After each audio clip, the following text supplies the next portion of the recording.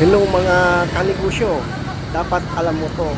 Ang mga street vendors, kung hindi natin alam, sila pala yung mga malalaki ang kinikita sa araw-araw.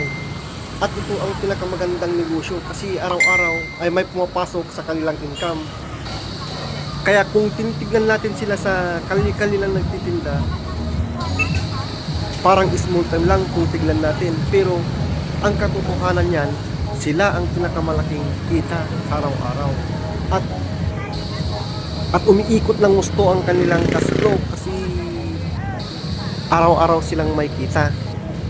Isa ito sa pinaka-importante sa negosyo ay ang cash flow. Dapat alam mo ang cash flow na tinatawag. Ang cash flow ay ito ang pirang dumadaloy sa iyong negosyo.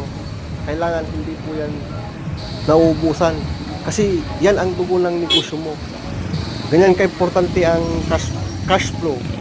Kaya tayo, dapat saludo tayo sa ating mga nakikita na street vendors lang. Kasi simple-simple lang mga yan, pero mas malaki pa ang kinikita niyan.